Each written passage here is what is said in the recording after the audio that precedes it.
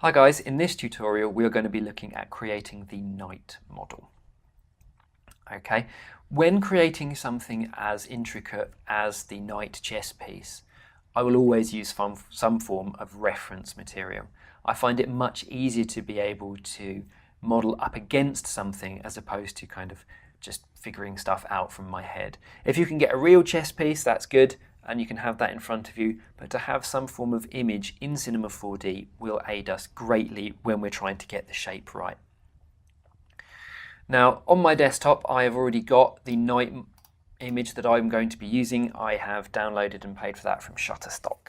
Okay, so that's a great little website if you're interested in getting any images of a variety of different things, or if you find other places on the internet or are able to take pictures. Obviously, for other models, you could use your own drawings. But in this instance, I'm going to use my pre-made image. To put it into Cinema 4D, I'm going to select the night image and then I'm going to drag and drop it to my materials manager and then let go. Then it will ask, do I wish to create a copy at this location? And I will click yes. It means that there will always be a copy of that image wherever my Cinema 4D file is saved. Okay.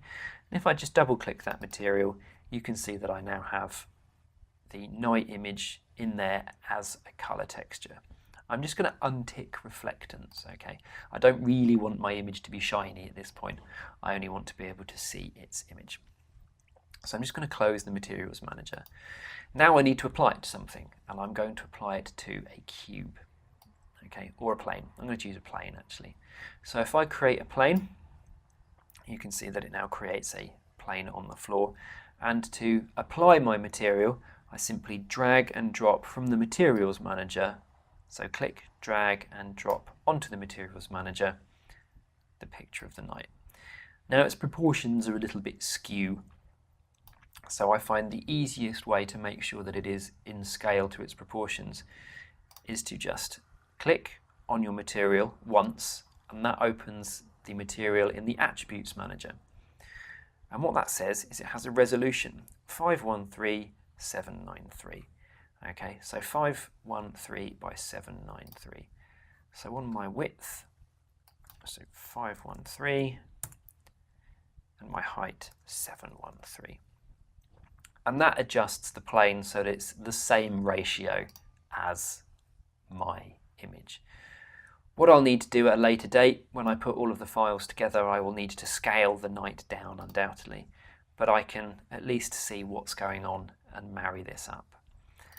Now I need to rotate this, so selecting the plane and going to the rotate tool, I'm just going to rotate this 90 degrees, and holding shift will allow me to do it in increments of 10. Okay, that now means that I can utilize this as a background. Okay, so I'm just going to rotate it another 90 degrees because of the symmetry object I will create shortly. Okay, so I'm going to introduce you to a few other tools now that we're going to be using in Cinema 4D to create this night model. And one of those is one of the other generators called the subdivision surface. Okay, so I'm just going to create that. Another tool I'm going to use is the symmetry object. So by clicking and holding on that button there, I have access to the symmetry object, okay, and that creates it. Now, unlike the other tutorials where you've been creating models with splines, in this instance you're going to be creating it with a cube. This is called box modeling or polygonal modeling. So in order to start my box modeling, I'm going to create a box.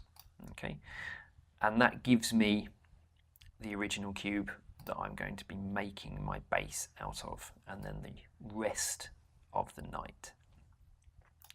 So I need to make sure that that's going to be in roughly the same position and it's roughly the same height as what it is I want to create. Okay, and then I can change its width so that it matches in that sort of instance. Okay, and then I can make that the same. So just to make sure that it's roughly the same, it's, say, just neaten those numbers up, 415 by 415. Okay, at least for me anyway, so that they're the same. So it's definitely square. Okay. Now I'm going to increase the number of segments in this cube so that I can edit them in a minute. And to do that, with the cube selected in the Attributes Manager, I'm just going to change them to 2 by 2 by 2. Now at the moment you can't see that, so I'm going to change my display settings. So I'm going to display and change it to ground shading with lines, and that allows me to see the polygons that are being created around my cube and on my night plane as well, actually, which I might just adjust now. So selecting the plane, I'm just going to change the width and height segments to 1 and 1, just so I don't have any other lines in my way when creating it. Now I'm going to put my cube in my symmetry object just to kind of see what it's going to do. And if I do that, you can see that very little changes. However, if I move my cube, you can now see that I have 2 copies of it. The symmetry object acts like a mirror, and what I do to one side will adjust to the other. I'm just going to undo to make sure that goes back to the same place. The plane is right smack bang in the middle, thankfully at 0, 0, 0, so I can use that as the middle point to create my night model. So because I only have to use or create one side of this model, now I have the symmetry, I need to delete the side that I don't need. So with my cube selected, I'm going to make it editable. And then using my selection tool, I'm just going to go to my points and I'm going to delete these. Okay, I'm just going to turn off the symmetry for the moment, just so you can see what it will do. And if I delete those points, you can see that half of those disappear, and I'm just left with this side. Then I'm going to turn the symmetry object back on by clicking the red X, and you can see that I've got that side. But I no longer have access to its points because they are being mirrored from that side. Now I'm going to use the generator, and the generator I've created is the subdivision surface. The other generators we've used always use some form of spline. Now in this instance we use an object, and the object we're going to use this time is the cube with the symmetry. So with the symmetry selected, drag and drop, and I'm going to drag it into the subdivision surface. And you can see that that instantly changes the way that that is created.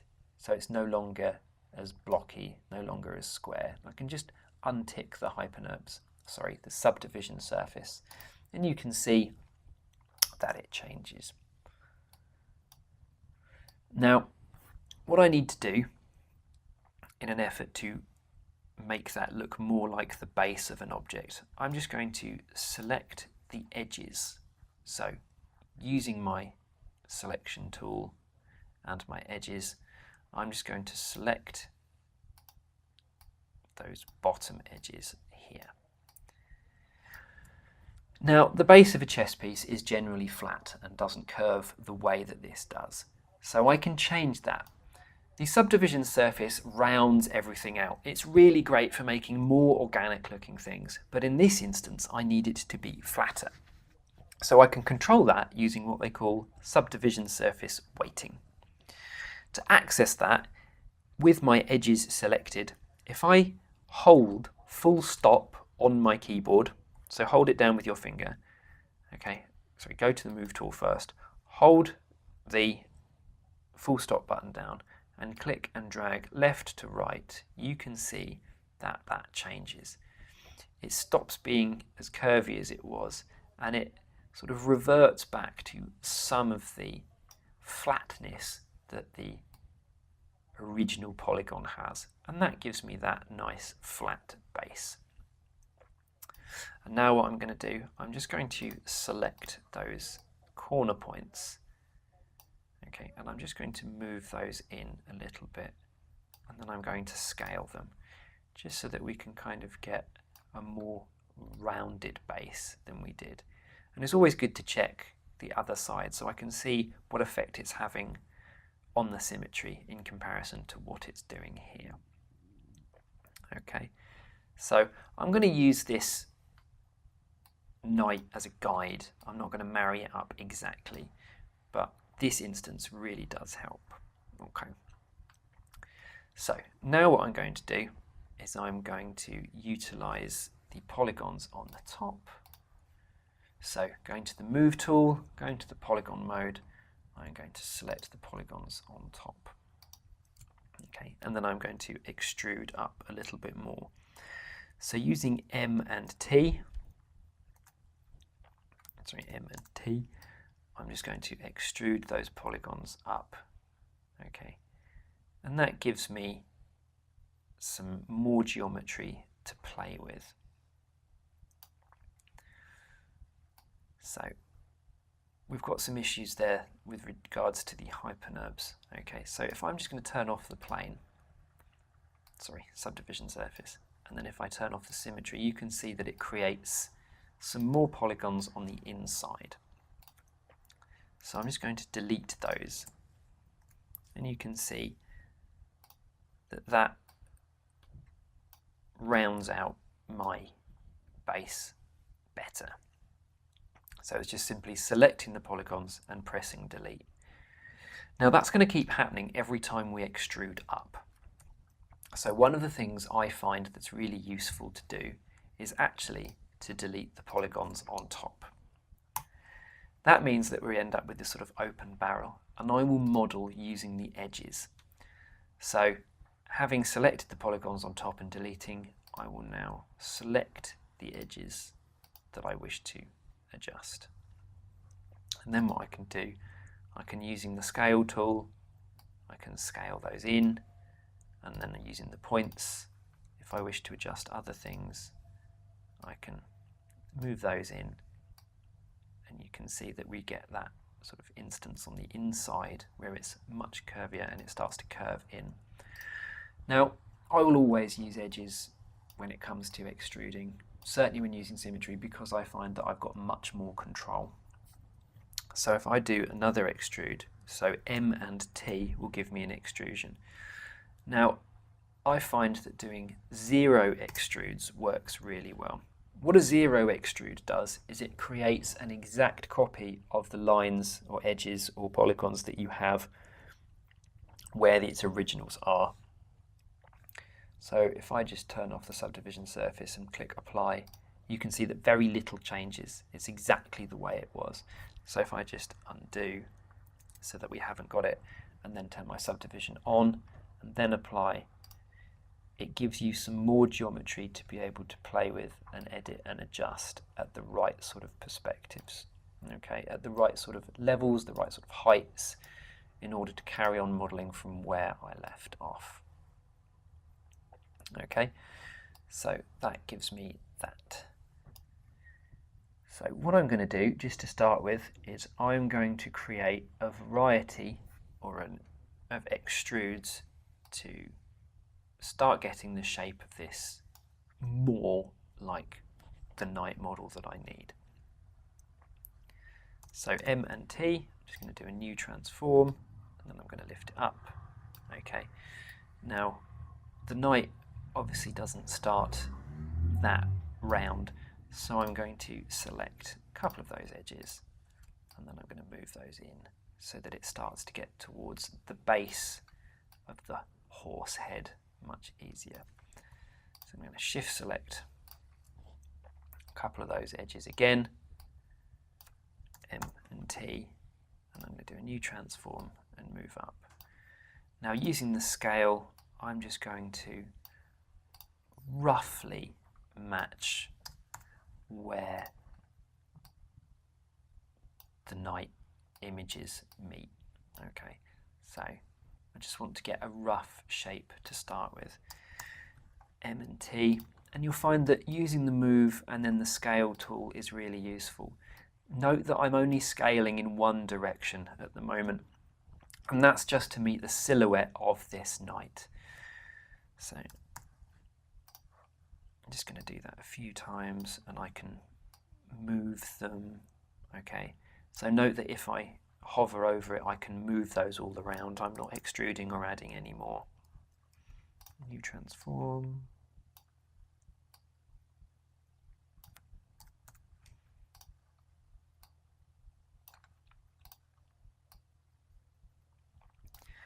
The secret to polygonal modelling is use the geometry that you need, or use the amount of geometry that you need to get the shape, but don't overdo it.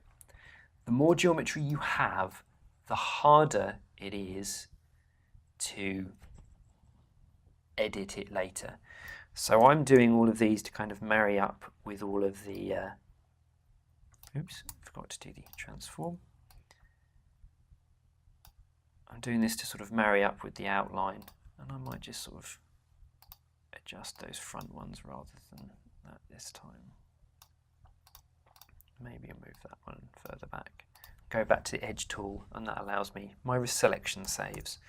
So I can do a new transform, and I can go up, I can go back,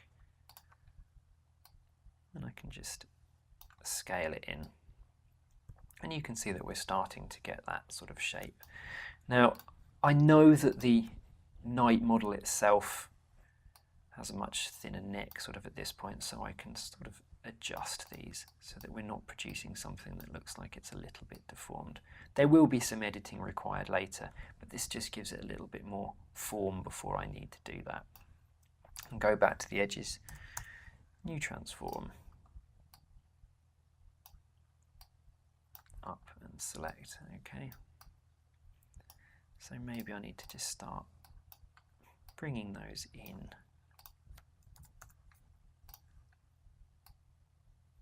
Okay. Now this is going to be the more interesting part when it gets to the face model. Okay, so when it gets to the part where the nose and the mouth start coming out. And to do that, I'm going to do it in a couple of sections. So what I'm going to do is I'm going to delete this first front point. So I'm just going to turn off the plane for a second so you can see what we've got at the moment. I'm just going to delete that point. Okay. Because what I'm going to do is, using the edges here, I'm just going to extrude up. Okay, so I'm going to go up and then get that sort of angle right for the back, and then I'm going to transform again, just roughly mapping to that shape.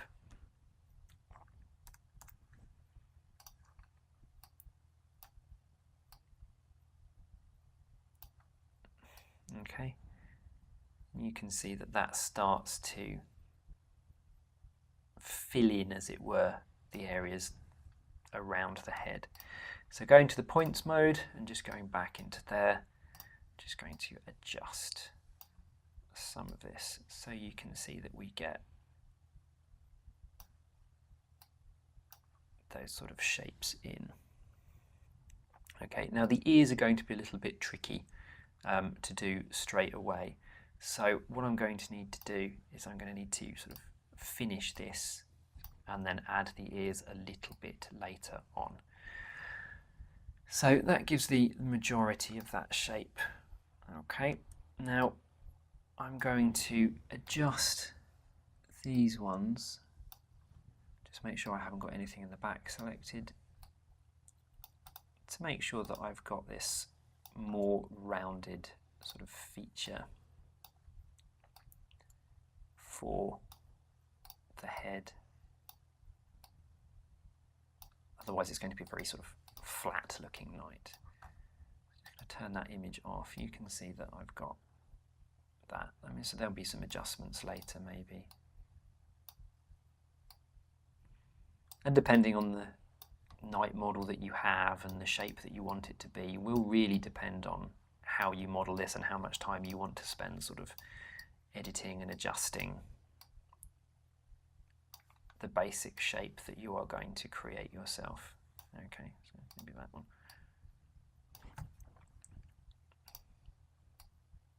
Oh, notice that I accidentally selected behind. It's always really good to check when you are modelling that you are only editing the points that you are expecting to edit. Nothing is worse than getting halfway through a model, then finally looking at the other side and realise that it's now a completely different shape. So now using the front edges that have been made by extruding that up, I'm going to M and T, and I'm going to apply some zero extrusions, and I'm going to utilize this front.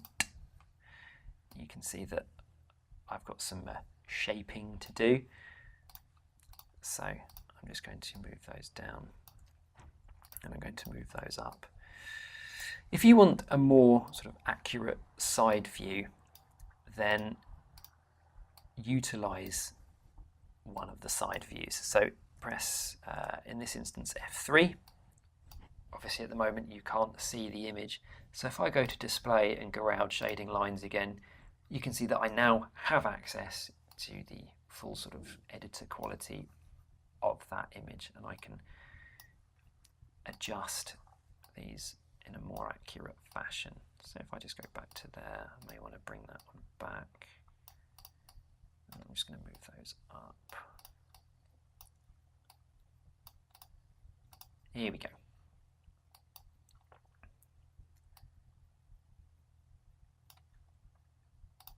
So back to the edge mode. Okay, new transform, and again, and down. And I'm just going to rotate that just so it fits a little bit better. Adjust the points as I need to get the shape of this horse's head. Okay, and again.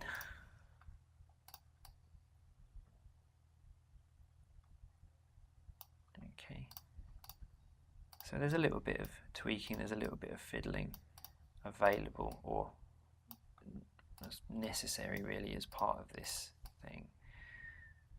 Box modelling can be really fiddly, but the way I look at it is that it gives you much more control and much more detail over modelling things like this. The grey matter is like some sort of skin, and all of these points stretch that skin out and move it and stretch it in that sort of fashion. So if the thing that you're modelling isn't the right shape, then you need to adjust these points, because it will stretch or pull or push that back into the shape that you need it to be. So I'm just going to, nearly done with this mouth. Okay. And every now and again, it's a good idea to just nip back into the 3D view. So dear, it appears to be a bit of a wide-faced thing. So that's why it's really good in 3D to occasionally nip back into 3D and make sure that you are adjusting what you were expecting. Now, edges or points at this point don't really make much of a difference, as long as you can select what you need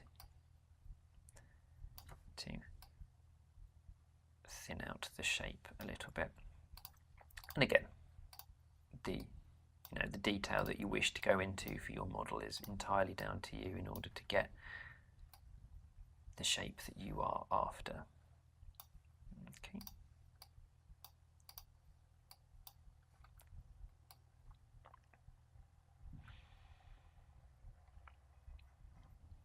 Cool. Okay, so we are very nearly there in at least sort of finalizing that. I'm not going to worry too much about the mouth aspect of this. I'm just going to kind of close it off.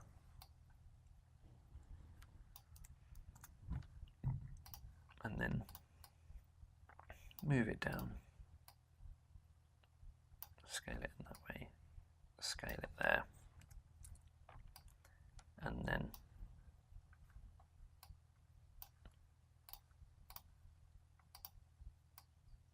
move these points in.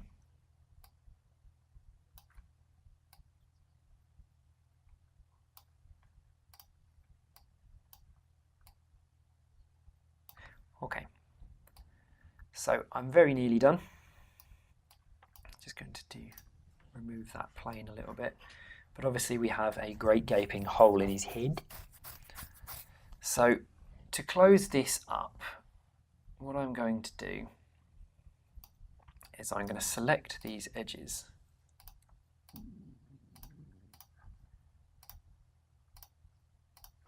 Okay. And then I'm going to create another extrude from there. So M and T and new transform, and then I get this line that allows me to kind of close up that gap on the top, but it's not going to meet. It's not going to meet properly. So what I'm going to do is use the scale tool,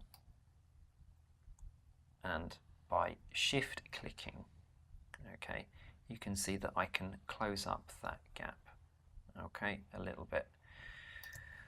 Now that doesn't entirely solve the problem, because what I need to do is make sure that all of my points are at 0. So using the points mode is better. So by shift clicking all of those points that I wish to be in the center, I can now scale those to 0. So using my scale there, you can see that that changes the shape. If I hold shift, that means that I can scale directly down to 0, and that means that they are now zeroed out, that they are the same sort of coordinate system along that axis that I had selected, which is the x-axis. And now on the x-axis here, it shows me the coordinates of those, and if I put those at 0, you can see that that seals itself quite nicely around the top. Sort of great gaping mouth now, it seems.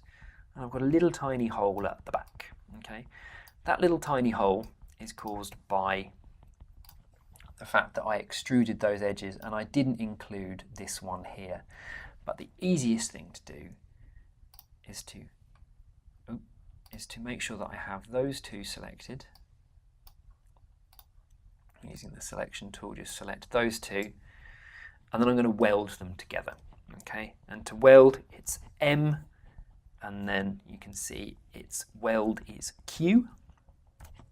Okay, and I'm just going to, I can choose where I weld it, whether I weld it to that point, or its halfway house. So I'm going to weld it to this one because I know that that's also definitely at 0. And you can see that we get that nice, smooth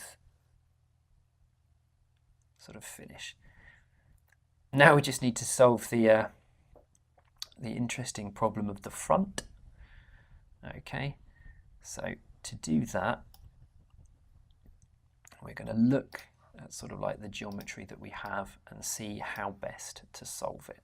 Okay, so there are 6. Okay, it's always best to attempt to avoid triangles if ever you can in this sort of stuff, but sometimes it's not always going to be that easy. So, okay, what I'm going to do is I'm going to select that polygon there. Ooh, I've missed one. Okay, you can see that we've got this issue here. This is what happens if you don't ensure that your points are at 0 when they need to be. Okay, so, and you can see that the moment I put it to 0, it sorts itself brilliantly. So if I just undo, so you can see that it overlaps, it stretches, it skews, and just guessing maybe where it might be won't work. The best thing to do is use the coordinates manager, press 0, press enter, and then I know that that is sealed. Okay, so now I'm going to select that edge, and I'm going to select that edge. Okay, and I'm going to do an extrude, apply, and then I'm just going to shrink the two so that they start to marry up in the middle. Okay, well, sort of. Easiest way, just shrink those, and maybe I can sort of utilize this. It just means that it will meet in the middle quite nicely, and I can sort out what I need to do. I've created some strange nostrils. So using the points, I'm going to select those 2 points that I want to weld together, M and Q, and then that welds those, and then I'm going to select those 2 points, M and Q, and that welds those. Okay, now I'm going to use another tool to sort of block up the nostrils, as it were, And that tool I'm going to use is the bridge tool. So on the edges mode, because it's the easiest way of using it, I'm going to go to M, and you can see that B is bridge.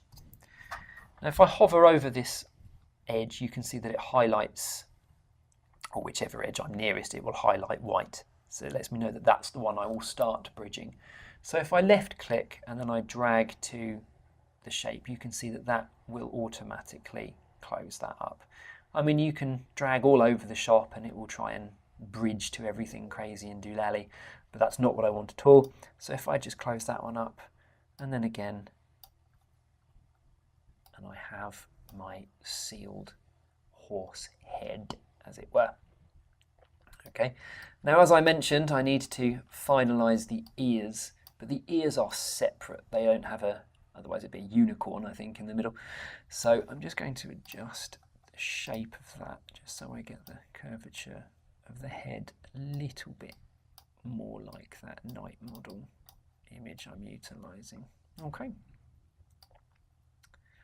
So that gives me some sort of maneuvering room in order to create those ears.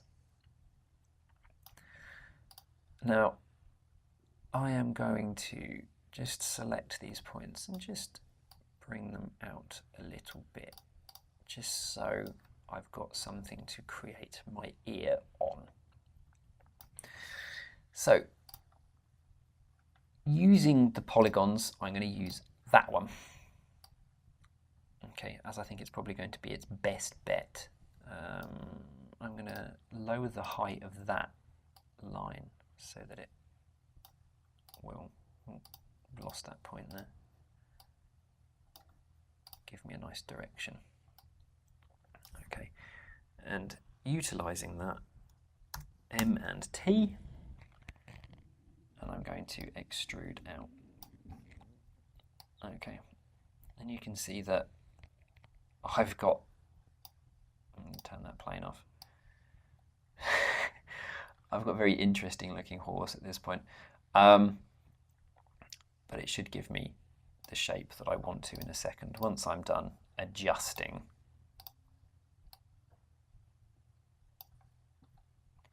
I think I turned it into a sock puppet. So turning that on, you can see that I'm probably going to need a little bit more geometry to fully get that shape out, and maybe I need to adjust the geometry that's already there so that it's a little less sort of spiky. Maybe I'll do this in the side mode. Okay, so making sure that those two are back where they sort of like they marry up to the side view of that one.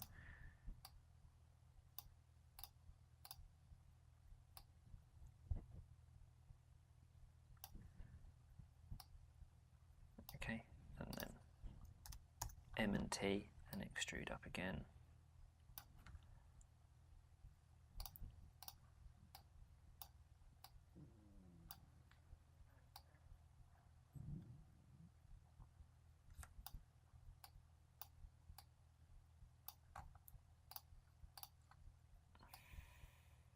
Okay, you can see that, there we go.